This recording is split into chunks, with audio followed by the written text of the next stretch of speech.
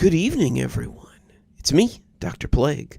We talk a lot about horror on this channel, but the real horror out there is how easy it is for your data to fall in the hands of disreputable people.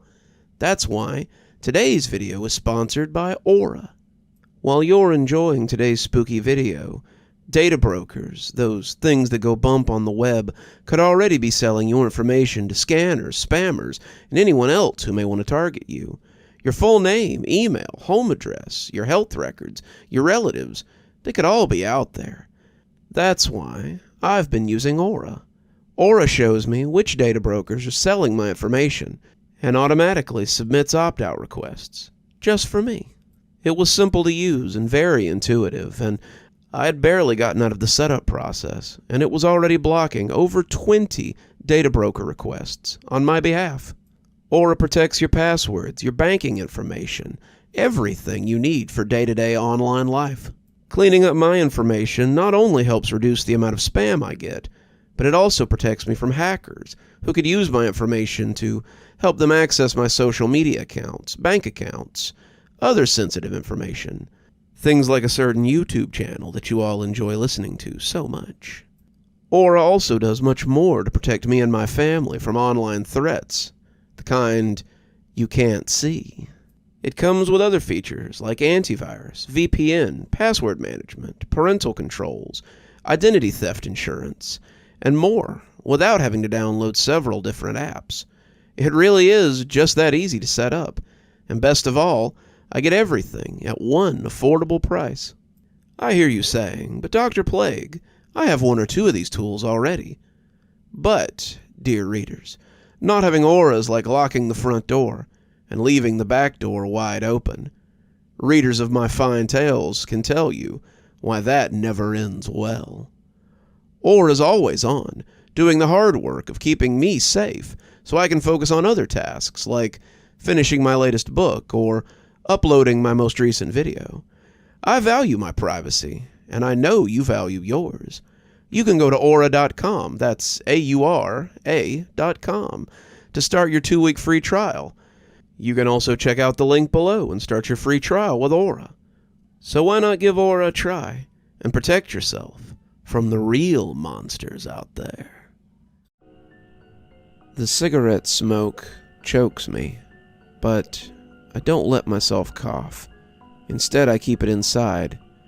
Everything in me wants to let it out, expel it like some kind of poison disagrees with my organs. Still, I keep it inside. It's my first cigarette ever, in a classroom far away from the populated part of the school. I won't let myself look like a wimp, not in front of her. I couldn't give a crap about the popular kids standing with us in the room. I've never felt the need to care about them. However, when I heard the girl of my dreams was going with them, I just had to be there. That's pretty much how I found myself here. No one goes here anymore. Not after that kid died. Honestly, it was kinda sad. Some poor little girl gets lost and ventures into a neglected and dangerous part of the school on her own, on her very first day at that, and has a large table fall on her and injure her pretty badly. Then, slowly, she loses her life as she bleeds out. You'd expect there to be an outcry of some sort, yet the school pushes the blame onto the parents and bashes them. The local paper joins in, and before you know it, the whole town is bullying this family about not teaching their child proper safety rules. A 7-year-old girl was supposed to be taught proper safety rules. It sounds as ridiculous as it actually is. What do we get from all this? We get lectures on how we, as students, should keep the younger students safe. We get ghost stories that quickly spread across the school about the young girl and how she can still be heard crying.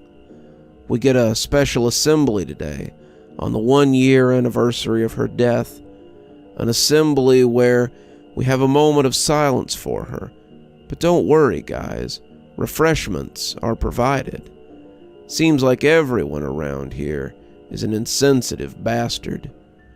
I pause my thought to find Alicia looking at me. I take another deep pull off the cigarette I'm holding.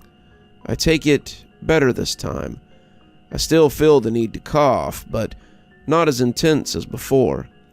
Is this what romance is worth? Because as my brain gets cloudy and I drown in nicotine, it seems worth it. That is when the crying starts. I almost didn't hear it at first. It was soft, but definitely audible. I turn around, but there's nothing. We all start looking around. Have we been caught? None of our teachers would make that soft a sound if they caught us. Must be a small animal. Then it dawns on us all at once, and a nervous chuckle takes over the room. It can't be the stories about the dead girl. Just can't. It's probably just someone playing a prank on us. Still, the whole group slowly but surely creeps towards the door. No one admitting they're scared, but everyone ready to run at the same time. I take another pull off the cigarette, then I hear another cry. It's time for us to go.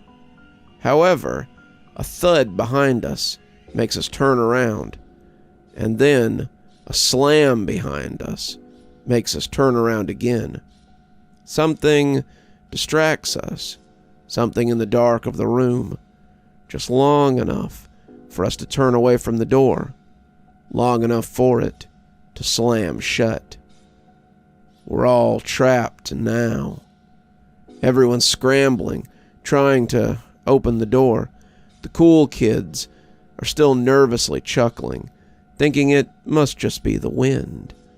However, the wind can't close a door hard enough for it to feel like it's been welded to the door frame. We can't get out of the room. That's becoming clearer now. You see, the thing about the light and the dark is that you can see in either one. The other just has to be absent. As the door blocks out the light from outside, the room inside becomes clearer. The dark corner is now taking shape. There's a desk there, a large, heavy one, and underneath it is a small frame. It looks like a doll, but it's faintly moving. It has to be a child. I'm not an idiot, not by any means. I'm a skeptic, definitely, but not an idiot. I'm seeing a ghost live out its last moments, a child live out her last moments. The cigarette is on the floor now, and so am I. We've all fallen to the floor, unable to move. I look around me, and it seems like we've been pinned by an invisible force. It sounds ridiculous, but it makes sense. A force more powerful than our meek bodies can handle. She's not living her last moments. We're living her last moments. I feel like I'm about to die. I'm not ready for this. I'm too young. I just want to go home to see my family. I just want to go back to class. I was so excited to see my friends today, to be around people who I care about. All things that she must have thought about. All things I'm thinking about now. I turn my head, and she's in the corner, sobbing. A child with nowhere to go, and no one to help her. Yet she keeps asking for help. I can't die here. I hope she gets help. I hope I get help. That's when I realize she never got help. And maybe neither will I. We're all going to die here, and I'm terrified by that thought. But I'm not the one I should be afraid for.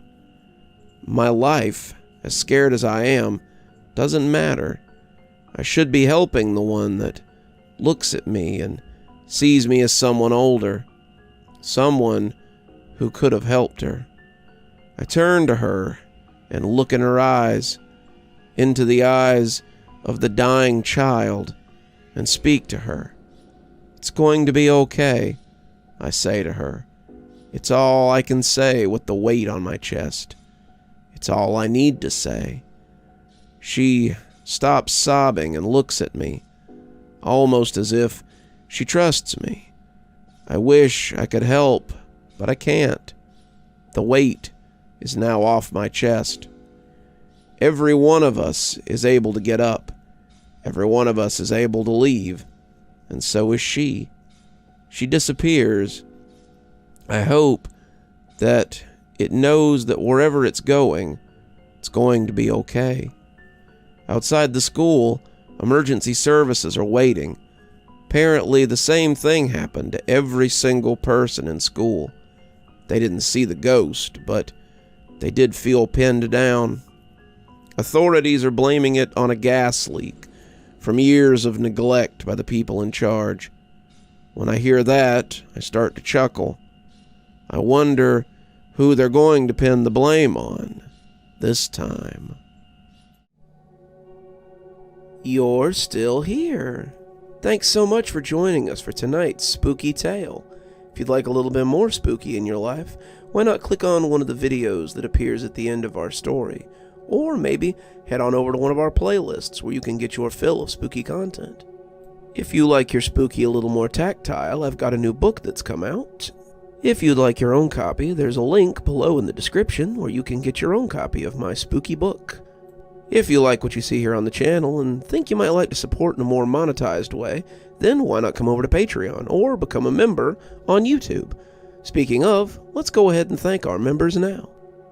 Thanks to Civ Garstad, Unicorn Hollow, and Army Dude for being our spooky ghost contributors.